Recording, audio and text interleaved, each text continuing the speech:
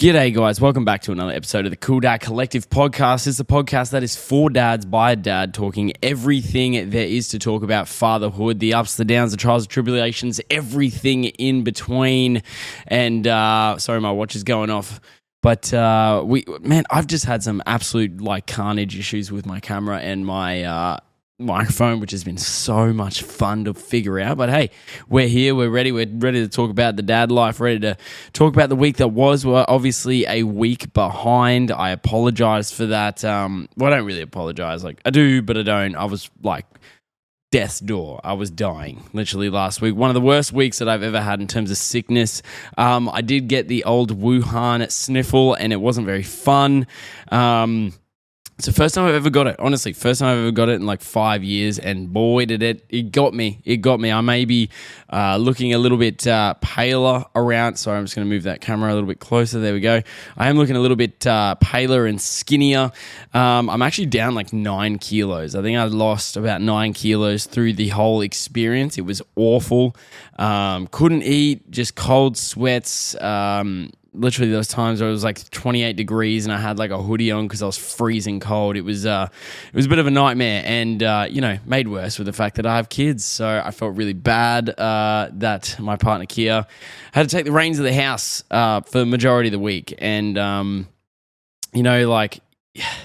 think I had. It's funny when you think about it. I had a little bit of time off away from the kids, obviously, because I didn't want them to get sick. So I was kind of trapped in the confines to my room, and there was a part of me that was I get a bit of a break, and this is nice. It wasn't nice. I didn't get to enjoy it at all. I didn't get to enjoy a second of it, if I'm honest. It was just pure terrible stuff. So I was very lucky that I had a lot of content scheduled, because I was not on my phone a lot of the time, and it was very rough. And being sick with kids, it sucks. There's no way around it, especially with something like that. You really don't want to expose your kids to something like that. So for me, there was no other choice but to just isolate my room, and not even isolate. I had to stay away, and I felt fucking awful too. So I didn't want to be around my kids while I was like that. And yeah, it was a tough one. It was a tough week. So hang on just 1 second, trying to record. But yeah, so it was a confusing week. The house was a mess. Everything was a little bit all over the shop. It wasn't very nice, but you persevere, you get it done, and you get things. You just work with what you got. You work with what you got, pretty much. So that's what we did. We had a lot of just really dodgy meals through the week because we just didn't have time to cook anything. I wasn't eating, so our dinner routine got all out of whack because I wasn't sitting at the table for dinner, so the girls were a little bit wacko, and then trying to fit in showers and stuff like that, and I had an enormous amount of dad guilt that was welling up inside me. The more time that went on, it just wasn't that fun. So yeah, if you are sick, I'd really just want to preach out there that there's nothing much you can do. You can feel bad, of course you're gonna feel bad. I can't just sit here and be like, hey, don't feel bad, because that's not how it works. But just know that it's okay to feel shit. It's okay to deal with sickness. Your body gets sick, and there's not much you can do. So just know that you'll feel guilty, but just know it's normal. It's normal. But anyway, back in the dad life this week, and feeling really good this week. I feel like I'm back to normal. I feel like I'm back where I want to be. I'm back doing my thing. I'm back, doing the best I can as a dad. And it's really great. We also had a huge growth over on Facebook, huge growth over there. A little bit of turmoil with that one, and I don't mind talking about it, to be honest, because I've got nothing to hide. I stitched a video with a creator who's fucking massive, has 600,000 followers. The video was of him allowing his kid to jump off a 20-foot bridge into his arms. Hey man, each to their own. I'm not here to criticize, whatever. And I stitched it with me pretty much being like, nah. No way. No, there's no chance I'm letting my kid do that. And the whole thing was about, building trust. We build trust in kids. Yeah, cool. You're also an adult, and you're pretty much asking your kid to do something stupid. your kid trusts you and you have the trust and you're misusing the trust because you want to post some fucking dumb shit online. So you got called out, my man. And anyway, so I had to take the video down. It amassed 22 million views over on Facebook. We got about 50,000 followers now on Facebook, which is sick. And if you have come here from Facebook, I appreciate you. Thank you so much. I did end up taking the video down. The guy was like, he sent a member of his team to take it down for whatever reason. Legally, he threatened legal action. Legally, he can't do anything about it if you look at the Instagram bylaws and all that sort of stuff. And to be honest, if you want to take it to a court, I don't think any judge is going to look at you and be like, hey, man, that was a good idea. That was smart. No. So moral of the story here, guys, whatever you post online, and if your profile is on public and your settings are that people can access your stuff and you post stupid shit on there, people are going to find it. Okay, I have this conversation with teenagers in my job. What you post online can be found and it doesn't disappear, and that goes for adults as well. If you are posting shit online that's kind of stupid and especially involves your kids, I'm there. I get it. I post some videos of my kids. I'm very strategic with how I post them. I don't like posting direct stuff. I know a lot of you are like, hey, can we have more content of like doing cooking with the kids?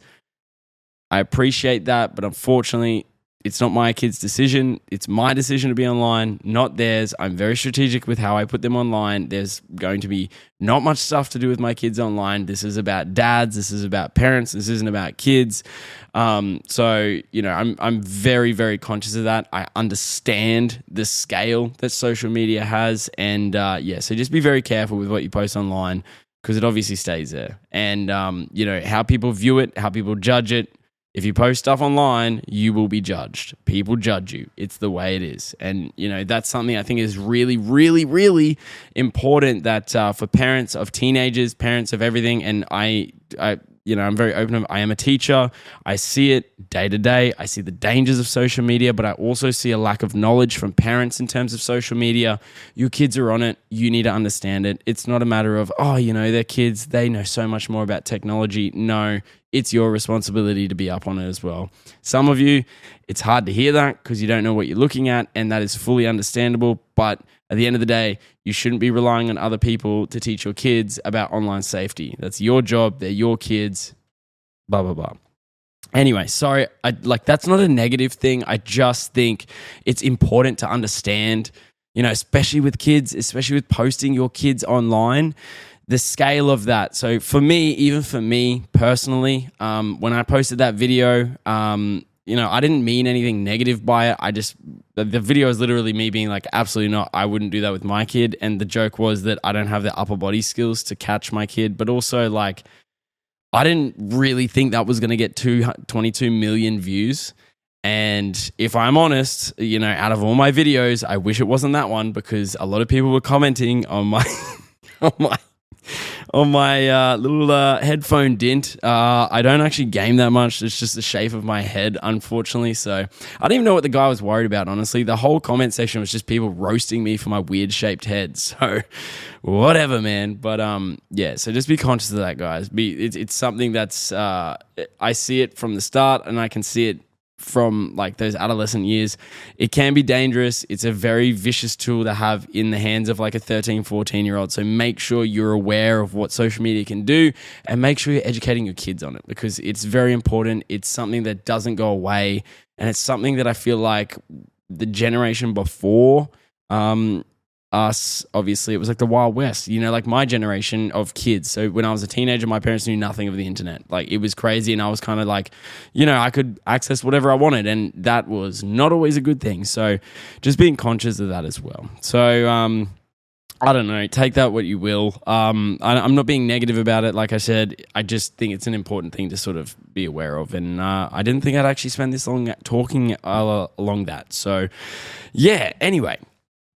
I had a listener reach out during the week, and I think it's a new listener. I'm so sorry, mate. I can't remember your name. All I remember is your message. But the message read something along the lines of, I need help. Screen time for me is something that I'm not very good with. How do I manage screen time with my kids? And this is not like, please don't take this as me giving advice. I mean, I'm just explaining what I do and like how I got to a point where we don't use too much screen time, but we do still have screen time. Like screen time for us is, we look at it differently, and I'm going to explain how we look at screen time and stuff like that. So if you get something out of this, obviously that's great, but if you don't and you've already got your own stuff, that's cool too. Like it's always good to sort of, hear other people's perspectives and stuff like that. But screen time for us. Now, a little bit of backstory before I start. Now, screen time for us, Kia and I come from very, very different homes. Okay, so I come from a heavy sports background. My family loves sport. My brother and I have played sport forever. When we were at home, the TV was always on. We were a TV family. We would eat around the TV. Not a lot when we were younger, but as we got older and, my brother and I were training a lot of our food would be eaten on the go and usually in front of the TV, and the TV had whatever on. And I loved the way I grew up. I was very active, all that sort of stuff, but I watched a lot of TV. I loved WWE wrestling. I loved The Simpsons. I loved just watching anything. We had Foxtel as well. So for those international listeners, Foxtel's like cable TV. Like you just have a plethora of channels and you could pretty much just scroll through and find something that you want. There's always something on. So in my family, the TV was a staple. It was always on. The first thing you do when we get home, even if we weren't watching it, we turn on the TV and off we go do our stuff. It was almost like white noise. Now, Kia came from a family, they didn't even have a TV in their house. They were a zero screen time family, right? And Kia was very studious. She, took her grades very seriously. She studied a lot. So TV wasn't exactly something that she watched that much. She watched movies and all that sort of stuff, but TV wasn't on all the time in her house. And I think when we had kids, it was a little bit of, we did butt heads a little bit about it because I was someone that obviously was like, I like having the noise. So I put the TV on, like not even thinking about like kids and stuff like that. She was very much like, no TV. I don't want any TV in my house. So we had to come to a compromise. So we obviously still got a TV and we watched TV and we watched Netflix and all that sort of stuff. But I had to, I guess, transition out of becoming a TV family. So we transitioned to music and we have music on 24/7 in our house. There's always music. We have an Alexa. The moment we get home, instead of the TV going on, it's always music, play something, whatever. So when our kids came along, we sort of looked at screen time as like two different types of screen time. And I still think this is really valid now, is you have family screen time, which is usually around like a TV. And then you have individual screen time, which to me is like iPads, phones, things like that. When we look at our screen time with our kids, we don't allow them individual screen time. Like, unless it is like dire straits, like we are going on a plane or something like that, the kids don't look at iPads pretty much. We don't use them ever. And that's not me being like, no. We just don't use them. And the reason why is I see behaviorally a real detrimental difference in Skylar's behavior when she has individual screen time, when she has control over like an iPad and she's watching a screen. When I try to take it off her, and I've done it before, all hell breaks loose. She turns into somebody that I don't like. She turns into someone that's not my daughter. She says things that I'm like, where did you know? That's not how we talk in this house. You do not talk like that. She says things like that. She screams. It's very clear. So for us, it's sort of like there was a no-brainer. We were just like, no iPads. We don't do it. And, I fully respect that everyone has a right to each individual's decision. I'm not telling you that I'm better than you because I don't do iPads, because we still do screen time. It's just different.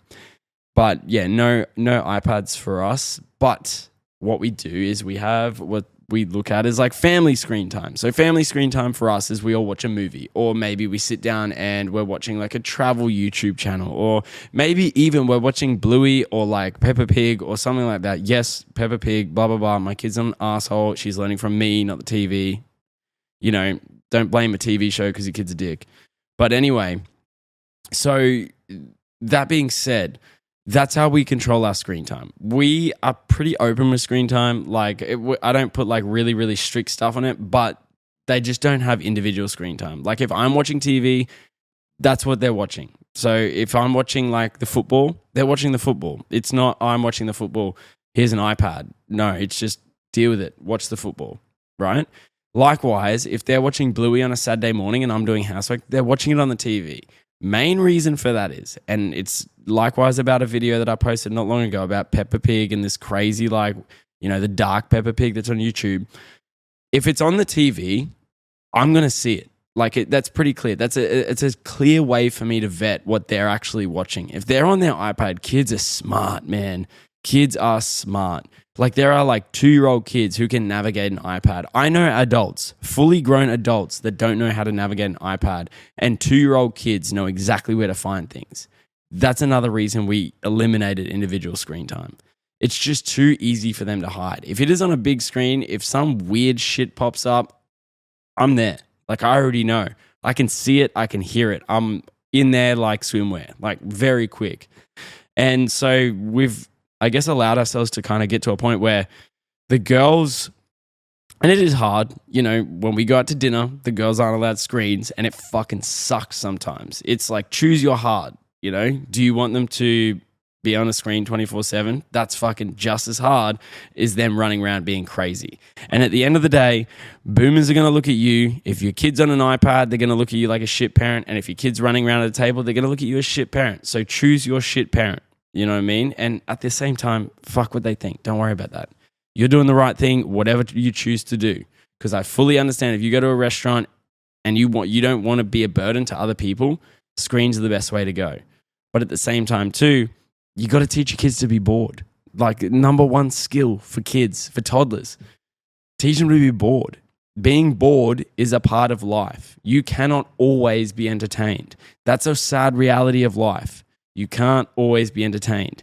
If we're teaching our kids that if you're bored, you need entertainment, they're going to crave entertainment every time they're bored. It's going to suck. In the short term, your life's going to be a little bit easier, but long term, it's going to be balls up soon. So it's up to you. And like I said, do with this information what you will. But that's how we tackle screen time. And I'll be honest, our girls respond quite well with it.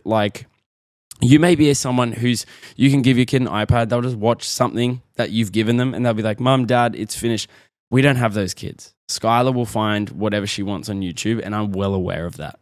So I will not give her the opportunity to just scroll through YouTube and find what she wants to watch, because there is so much shit on there. And as parents, as adults, it's our job to take responsibility for what our kids watch and be on top of that.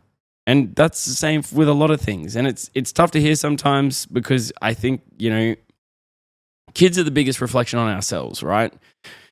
Kids are unfiltered. If you let kids do what they want, unfiltered, it's a reflection of you at times, unless there's obviously some circumstances that are different. And I think that's what hurts us so much as parents, because I'm like that.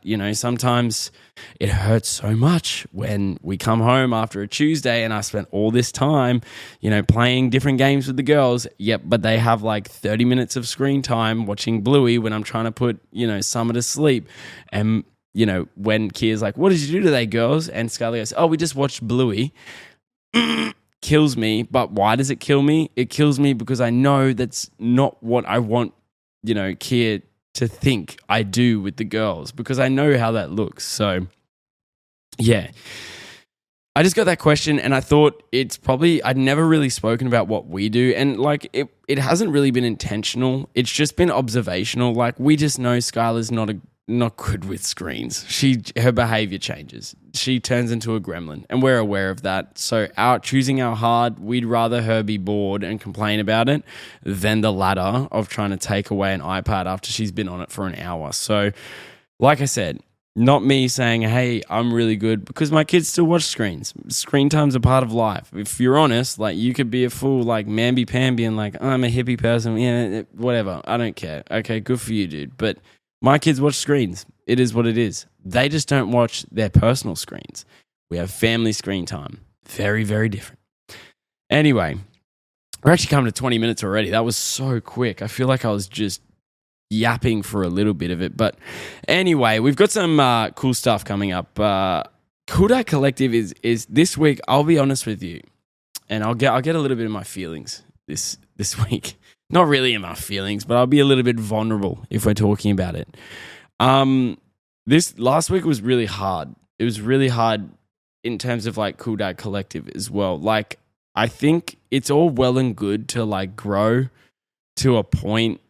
Like, you know, I every content creator wants growth. Every podcaster wants growth. But when it happens really quickly, and I can kind of empathize with a couple people online, like obviously to a smaller extent, gaining followers that quickly and having messages come in that quickly is not good for your brain. It's not.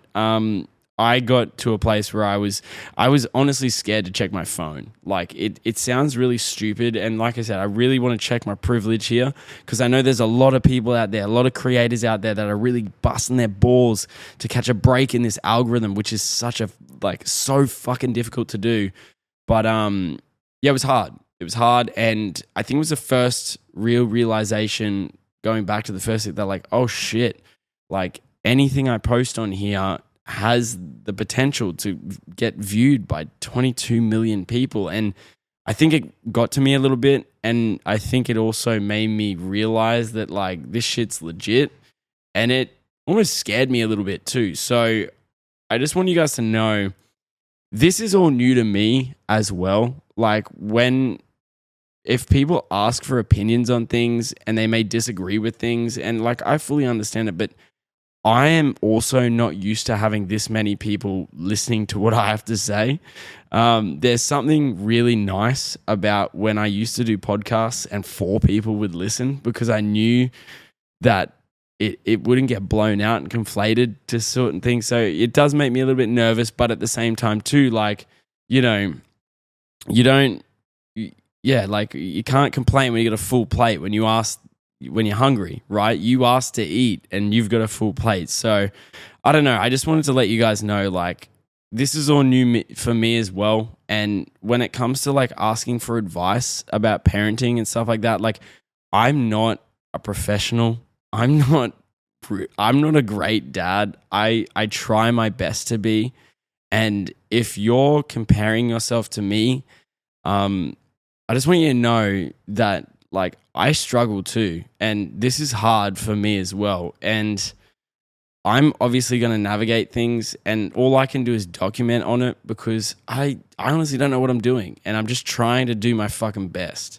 And you know, so I hope this reaches the right people. Like, you know, I'm not in this to like be a fucking expert. I just want to document the process so that you guys or expecting dads can see that, you know, you don't have to be an expert to be the best dad you can be. You just have to keep showing up. You just have to keep doing your thing. So if you are a listener and you've come over from Facebook or you've come over from Instagram, or this is just a new podcast that you've started listening to, I really appreciate you.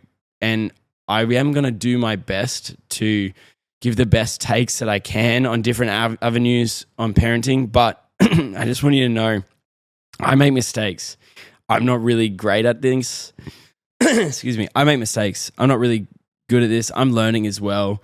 So, you know, we're all in this together. We're all learning together. And I think if we have that mindset and we have that attitude of like we're not all experts and we're all just trying to do our best, I think parenting is a lot easier for us, especially as like a community of parents as well. Anyway, I'm really sorry for getting like fully. No, actually, fuck it. I'm not sorry. You guys get what you get. You get me. And I will never, ever be anything other than me. I will never, ever try to sell you shit to make money off you. I will never do that. If you are part of the Cool Dad Collective community, just know you're valued. Just know that you're doing fantastic stuff. I will probably try and sell you merch, but, you know, I want to make it cool merch at least. And, of course, you know, if there's dads out there that need help with social media, that's my jam. And that's if I could relay any of that information to help you, or if you're a dad trying to start a business or start, you know, social media, let me know, because I'm more than happy to help. We need more dads out there giving positive voices, no matter what you do. So appreciate you guys. I really appreciate all the support you give me. It doesn't go unnoticed. I'm blessed every day. I had a fantastic 30th birthday. Life is amazing. It has its ups, it has its downs, but you just gotta, you know, you gotta get through the rough stuff to enjoy you gotta enjoy the climb. You gotta get through the rough climb to enjoy, to enjoy the view. I don't know, something like that. Anyway, I appreciate you guys. Have a great rest of your week. Be kind to your kids, kind to your partner, kind to yourself. And of course, peace.